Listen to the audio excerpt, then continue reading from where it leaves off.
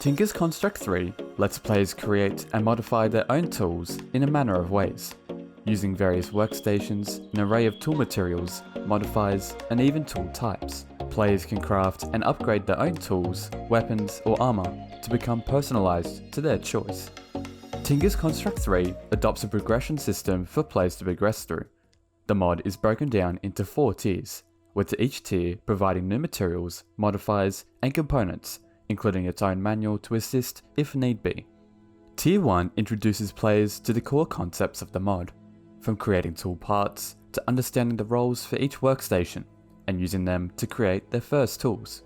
Players should first get started in crafting patterns. These are essential for creating the workstations and becoming stencils to shape tool components. Crafting stations are an improved crafting table, where items can not only be kept within the crafting grid, but can also access an adjacent storage device to save time. Part builders are used in creating the tool parts. By slotting a desired material and a pattern, players can choose to create a particular tool component. Creating tool parts, however, may get some pieces, but it won't assemble the complete tool. The Tinker Station is where the tools are crafted, through combining different tool components together.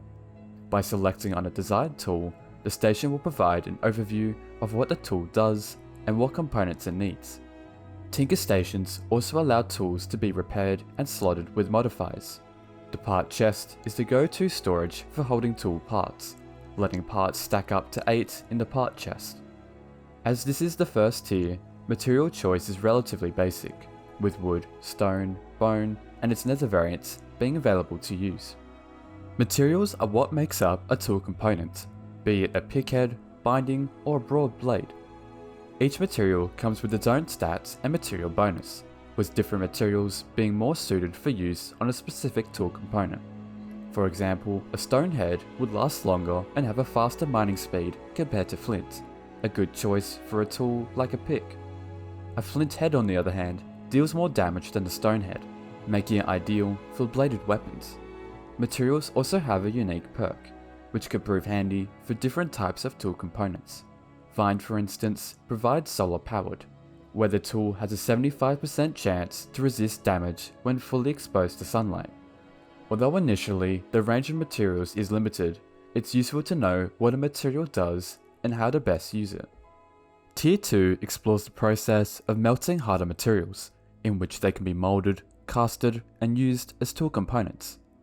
Grout is a key compound to gather for Tier 2 and beyond, primarily to be heated into seared brick, the material used in assembling a melter. Melters are the basic form of a multi-block device, assembled with an array of seared brick components. The seared melter is the brains of the multi-block, allowing up to 3 materials to be melted, as well as displaying the current fuel temperature, the total capacity of the device, and any liquids that are stored within. A seared heater or seared fuel gauge are the 2 options to power the melter.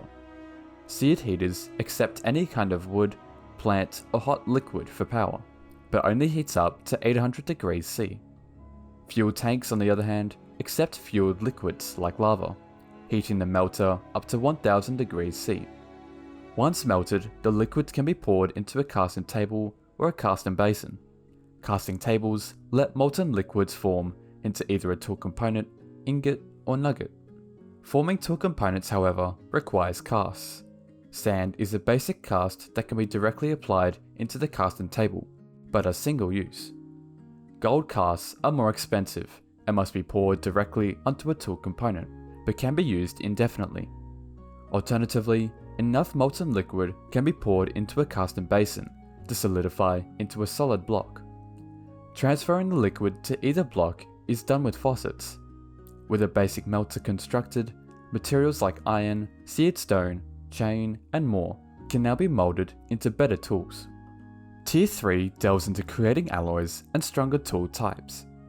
Achieving this requires 2 main devices, a Smeltery and a Tinker's Anvil. The Smeltery is a much larger form of the melter, only it allows alloys to be created. Smelteries require more seared bricks to properly work, from a Smeltery controller to seared drains that extract fluids, as well as many of the prior seared blocks. For many materials, lava is the standard fuel source, but for materials that require hotter temperatures, Blaze Blood will be required, able to heat the Smeltery to a maximum of 1500 degrees C. With the Smeltery established, players can bulk smelt materials, burn entities for potentially useful liquids, and even combine liquids to form alloys. Rose Gold and Hepatizone are just some of the alloys that can be made with the Smeltery. With these alloys, the player could create a Tinker's Anvil, an upgraded form of the Tinker's Workstation that not only allows stronger modifiers to be applied onto tools, but also opens up the creation of 6 broad tools, from the broad axe that fells trees in one swoop, to scythes that can cut through large patches of foliage and harvest more crops within a single use. Now that the Tinker's Anvil is made, a good way to better upgrade tools is with modifiers. Modifiers act like enchantments, only they can be directly chosen by the player to suit their preference. The major difference is that every tool has a max number of modifier slots. Modifiers are grouped into 4 types. First, there's upgrades. Upgrades provide a wide range of modifications to a tool, weapon, or armor, be it a passive or active upgrade. A simple upgrade to weapons is Fiery, letting the weapon set mobs in fire.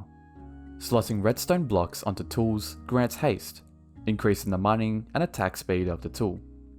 Alternatively, slot an item frame onto a helmet to apply item frame, letting the helmet accept one item which displays it when worn. Defense modifiers focus solely on improving the protection of the wearer, be it from the elements or via triggering a counterattack to an attacker. Common defense modifiers include bonus protection to a particular type of damage, like projectiles or magic. Defense modifiers also involve providing bonus protection in other ways.